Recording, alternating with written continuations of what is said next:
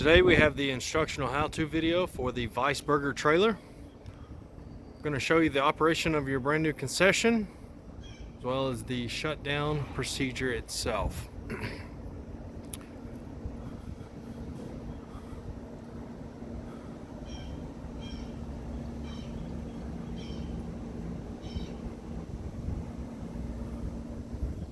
I've got your plug plugged into my shore power itself. I've got gas running through the system and everything fired up at this moment.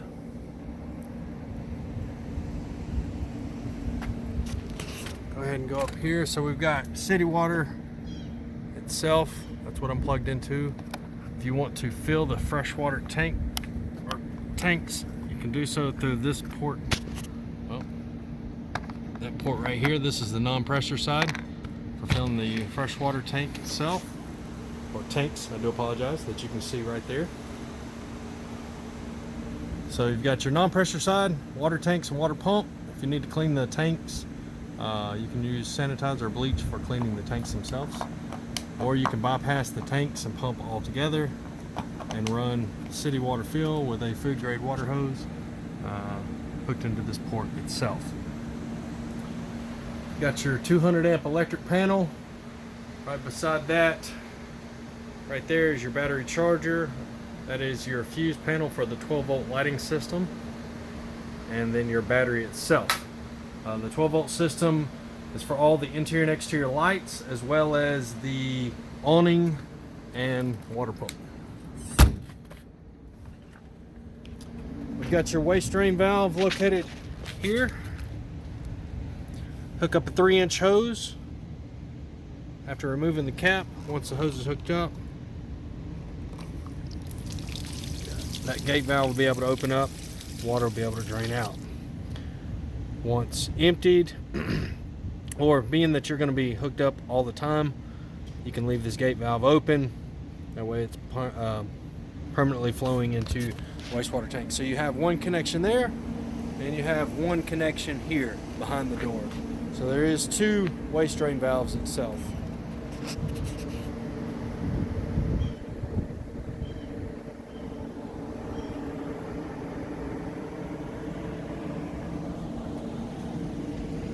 I'm going to show you the exterior outlet working.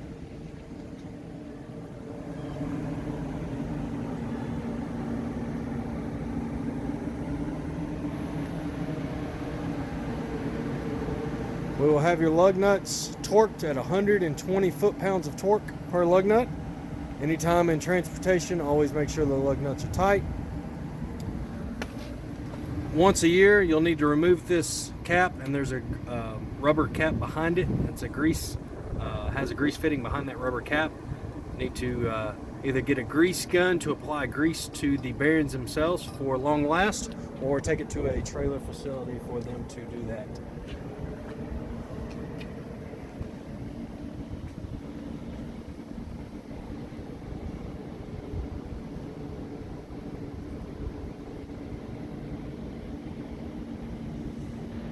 Got roller wheels here to protect the back end of the trailer, as well as the crank jacks. Crank jacks, you can use a 3/4 inch impact gun, be able to distribute that weight down equally. Make sure that you scotch the wheels and tires so that you do not have any movement itself. Rear ramp door does come down. For video purposes, no need for me to have it open.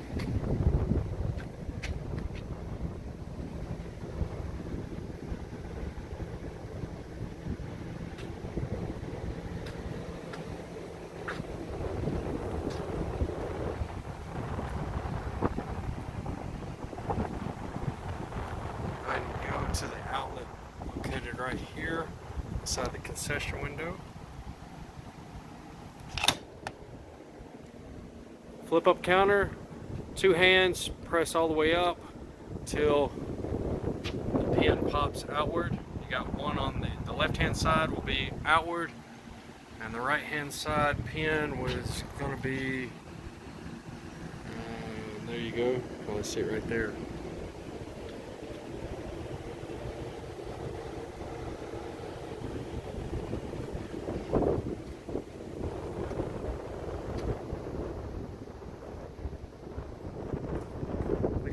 back inside, or go inside the trailer itself. Got your 3 roof vents here in your generator area. You can definitely lift those up for running a generator. Also make sure that you close them for transport, as side wind will break and destroy the roof vent. You do have an LED light inside there as well.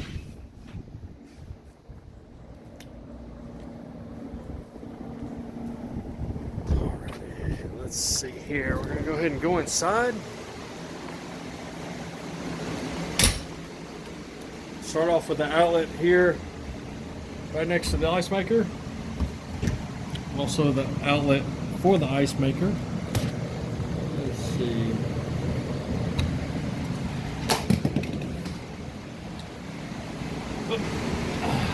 So, you've got your sake ice maker itself.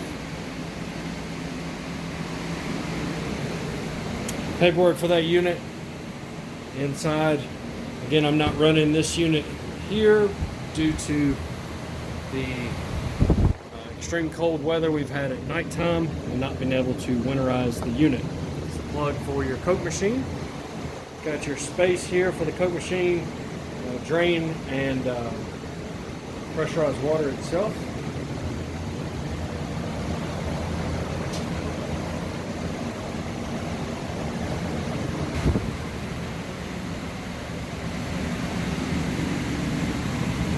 This is the worktop fridge. See here at 36 degrees.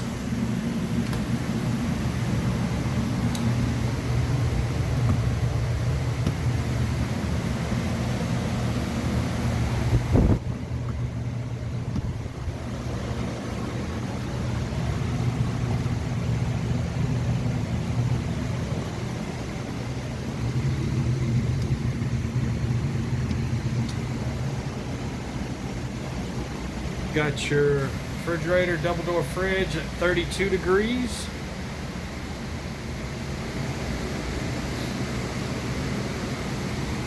So since we're not mounting this unit, what I'm gonna do is have a strap that will attach around the table or to the table on each side for safe transportation. That way you can disconnect and turn that unit however needed for the operation. 33 degrees here on your sandwich prep.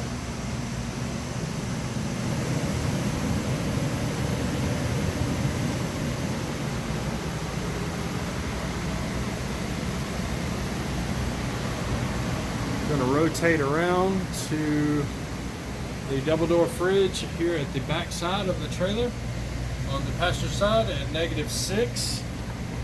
Now I do have your paperwork.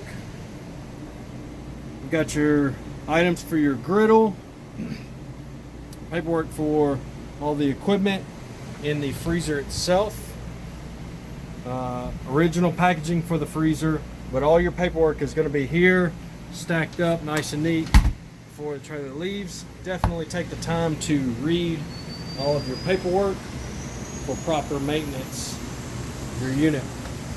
We have this at -8, which is your worktop freezer here beside the double door freezer.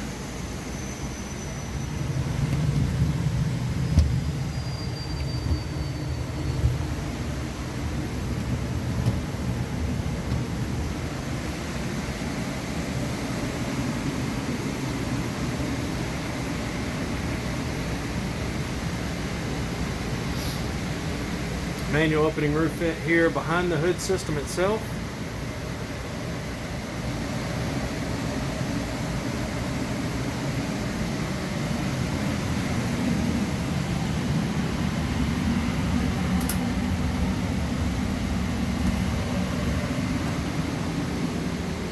We'll go ahead and show the plug, the rest of the plugs that we have available. Alrighty.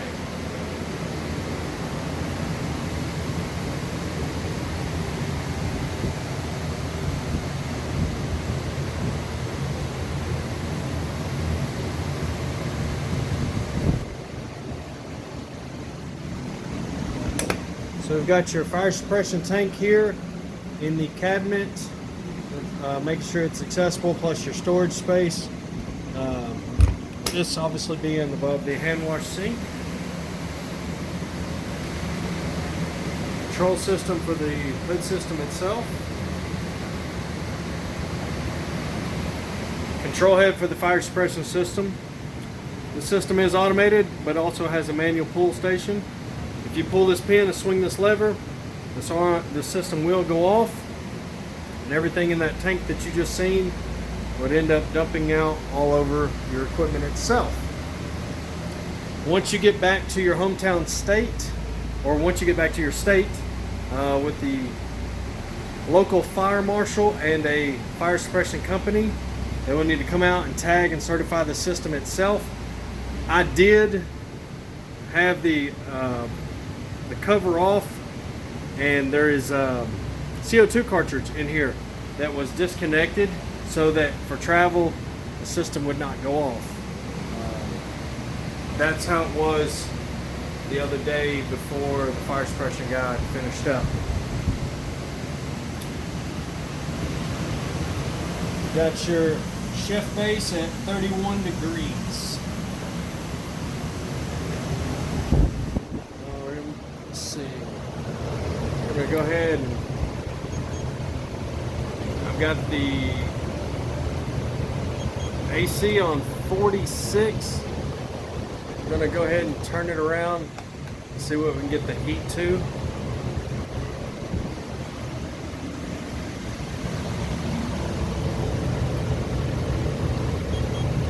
This one's at 42.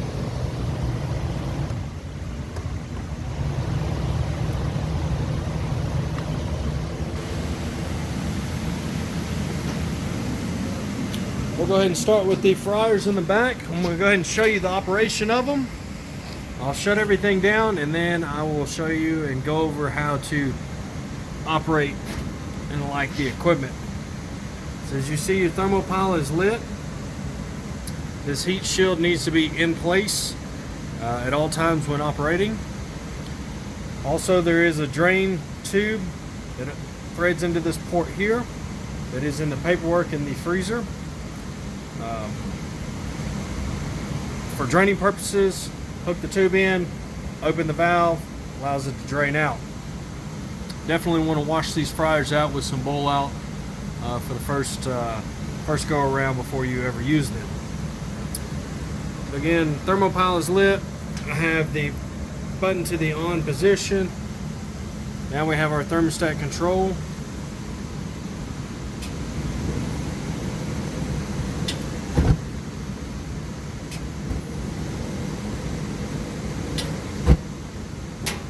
Again, I'm going to go ahead and turn everything off, and then I'll go back over how it operates. So you can see the button is in the off position. I always, once you get this unit for startup purposes, put this in the off position, on, off, making sure this thermostat connects with this gas valve. At this point, then you can rotate to where the L meets the red dot here on the gas valve, and allows you to push in. You have to push in and hold and administer fire to the thermopile. Once the thermopile is lit, at that point you would continue to hold for generally 20 to 30 seconds. Once you can slowly release this button and your thermopile stays lit, at that point you can rotate to the on position and you're ready to operate your thermostat itself.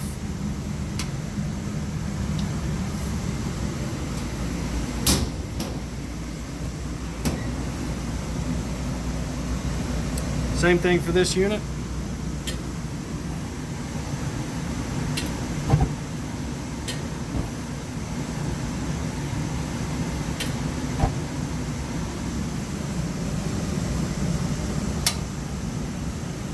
Again, it's just always good rule of thumb, on, off, and then put where the L allows you to push in, administer fire. Once lit, slowly release off this pilot button. As long as your thermopile is still lit, rotate to the on position, full access for thermostat itself.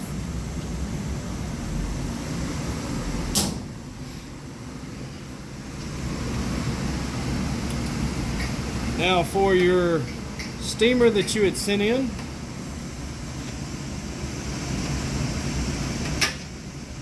that button, and then this rotates around to the side. So you've got water line connection here for filling the vat itself. You've got a drain here. You also have a drain there. That drains for the vat itself. This drain, I'll show you here in a second, is for the top side. Really not sure what that purpose is, to be honest. So,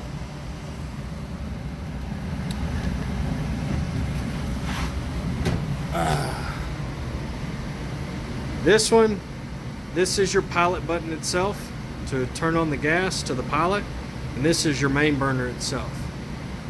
Let's see if it's off. Perfect. All right, so you will turn this button onward or on.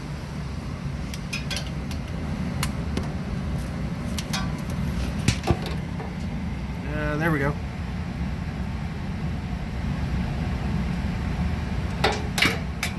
I do apologize. A little tight spot under here.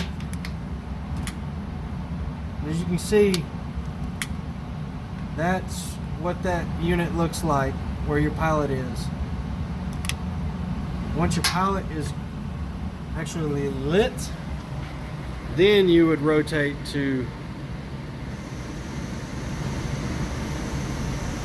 this. I'll go ahead and turn it all the way open, straight up and down. There's a lot of fuel coming out of that.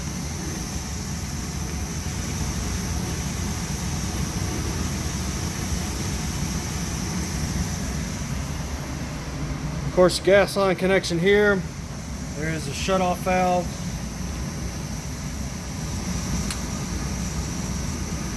On the other side of that, where the 90 is, you need to turn this unit off. So back to the one portion. So make sure this is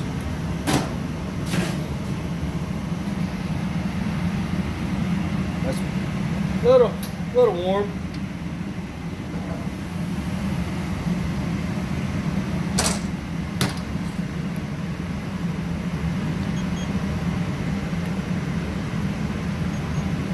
Yeah, 142 degrees.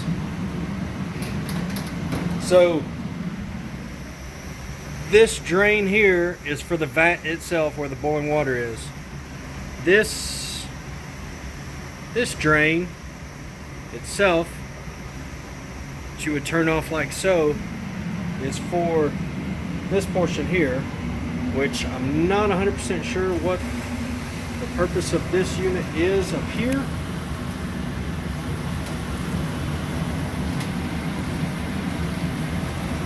This is just, again, your water line coming in.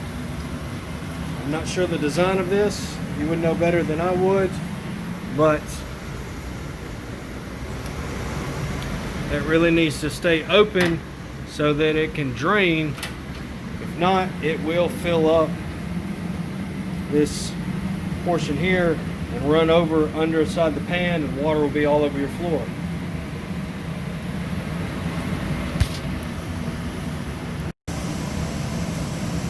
Alright, we're going to go ahead and show the operation of the griddle. So I've got where I pushing in this pilot button here, and you'll click your igniter till your pilot stays lit. I continue to hold the pilot button in place until the thermopile gets hot. Once it is hot and it is lit, then you can rotate to where it meets the on position and allows you to flip the switch on. Same thing for this one. Got it to the on position already. Flip the switch on. Now I'm gonna have control for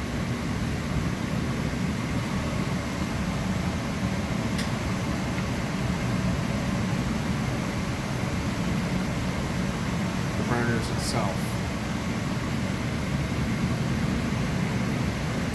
set of instructions right here. It tells the same thing that I'm going over in the video. Definitely easy to follow. Very easy steps to follow. Go ahead and turn this off.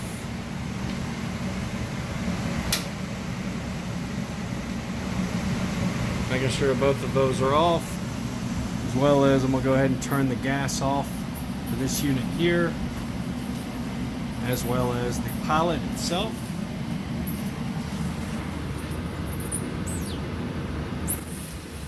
Again, I'm not sure what this exactly does. No instructions to tell what it does. So that's how you properly operate your equipment. Again, here in just a moment, we're going to show you how to start up the gas system itself. It's a very simple operation. Nobody other than a captive air tech needs to go inside the panel. It's simply a button for your lights, button for your fans. Everything is automated at that point. Let's see what temperature we have.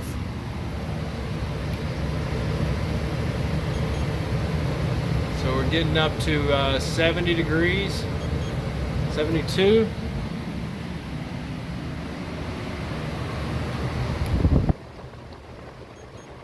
We're at 75. Check back on them here in just a moment. So for the gas, we'll go ahead and turn the gas system off.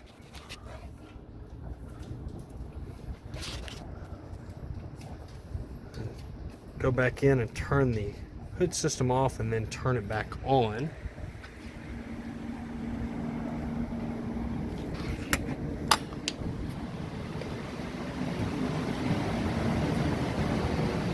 Again, fan control, turn it off. Now the fan's gonna stay on by the temperature itself.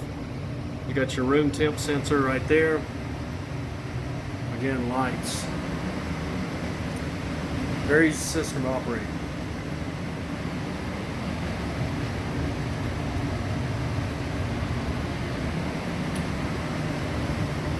Of course, this is your AC climate control that's coming in. Plus you'll have AC from the AC and heat units themselves. You'll have fresh air coming in from this roof vent, one from the back, and then you have your windows themselves. Turn that system back on.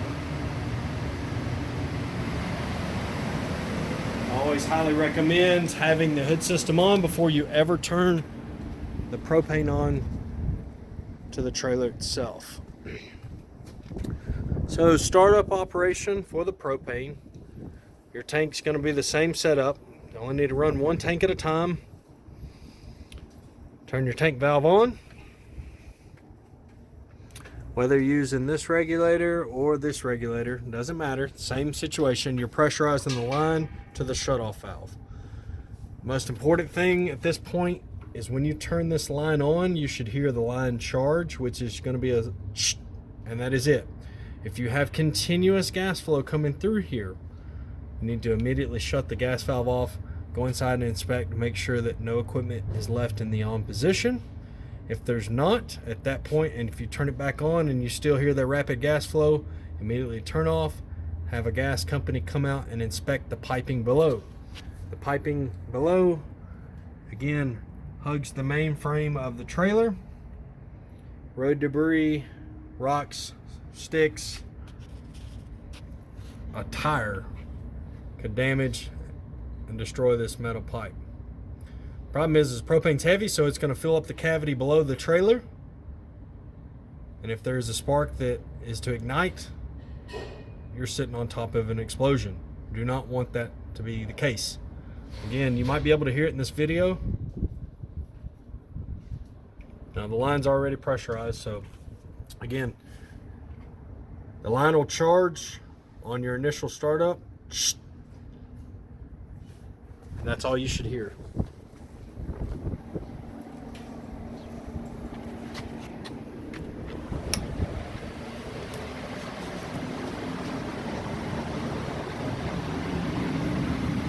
I would recommend having several of these lighters themselves. You know, obviously you're going to need them for the 2 fryers and the steamer. If for some reason your igniters were to go out, you can use a lighter from the bottom side. Let's see. You can see through here. There's your pilot. You'll be able to light the pilot itself. So keeping those on hand definitely would be well worth it. Also, we'll go ahead and go over the water heater.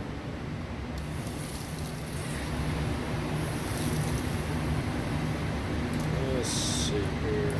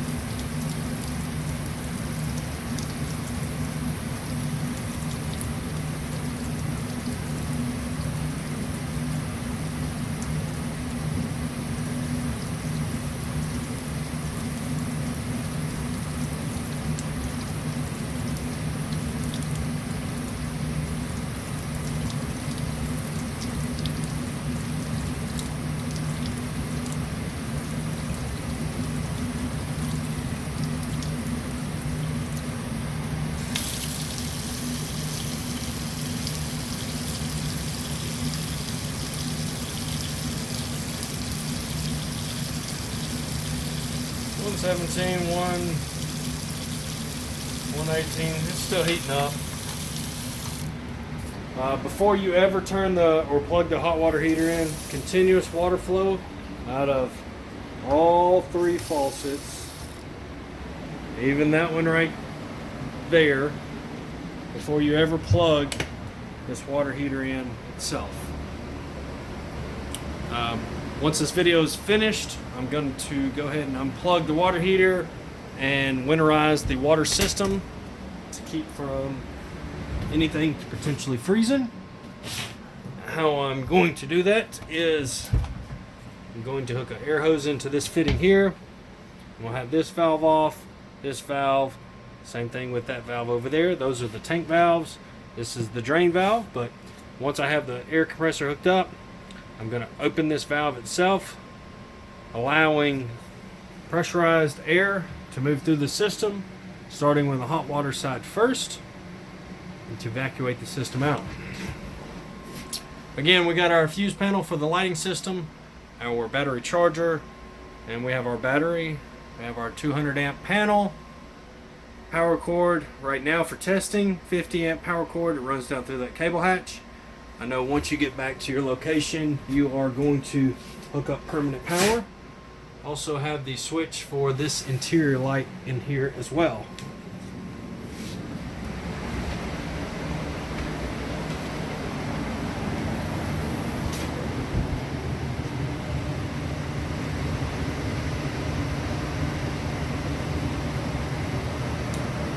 Again, we'll go ahead and, since this is going to run for a second, go ahead and turn those 2 off as far as shutdown procedure.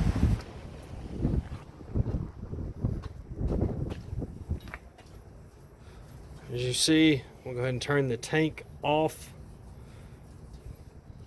and also the valve itself. I highly recommend having all gas turned off at the end of the evening. Do not leave any pilot lights on. It could be a very dangerous situation. If you do go mobile with this unit, definitely want to turn all of that system off as well. We'll go ahead and turn off the exterior lights. This is going to be the interior light itself. We'll turn off here in a moment. Go ahead and turn that heat unit off. Go ahead and turn that heat unit off. Starting with a double door freezer, if you want to. There's a power button switch here. Power button switch here. You can choose to unplug the sandwich prep itself.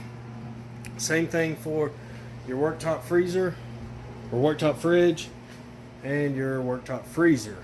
Always make sure those roof vents are good and closed, nice and secure.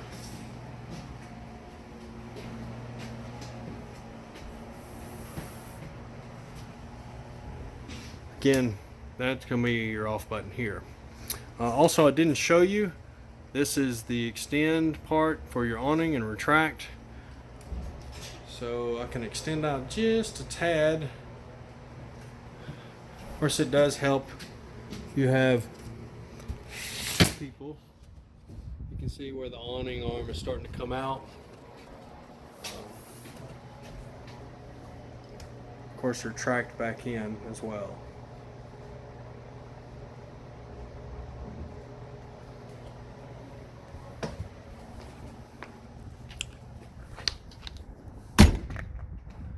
Again, all lights off position, propane off, water heater unplugged for winterization purposes, hood system off. In transport, again, making sure that lug nuts are always tight, making sure tail lights are always working. Disconnecting not only your city water fill if you choose to run, but also your wastewater hoses.